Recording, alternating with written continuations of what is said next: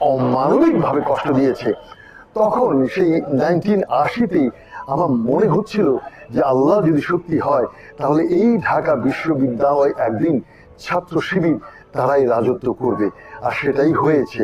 আর এখন দীর্ঘদিন পরে ডাকসুর যে নির্বাচনটা হলো, স্বাভাবিকভাবে আমার একটা জিনিস আমার মনের মধ্যে কাজ করছিল যে ছাত্র শিবির এই ডাকসু নির্বাচনে অনেক বড় ধরনের একটা ফলাফল নিয়ে তারা জিতবে। আপনি অনেকে হয়তো জানেন যে ডাকসু নির্বাচনের 11 দিন আগে আমি বেইজিং, যেটাকে পেইচিং বলা, আমি পেইচিং, চীন দেশে পেইচিং আমি ছিলাম।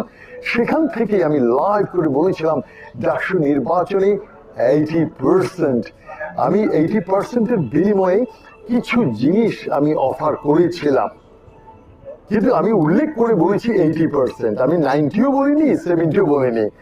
ডাকসুতে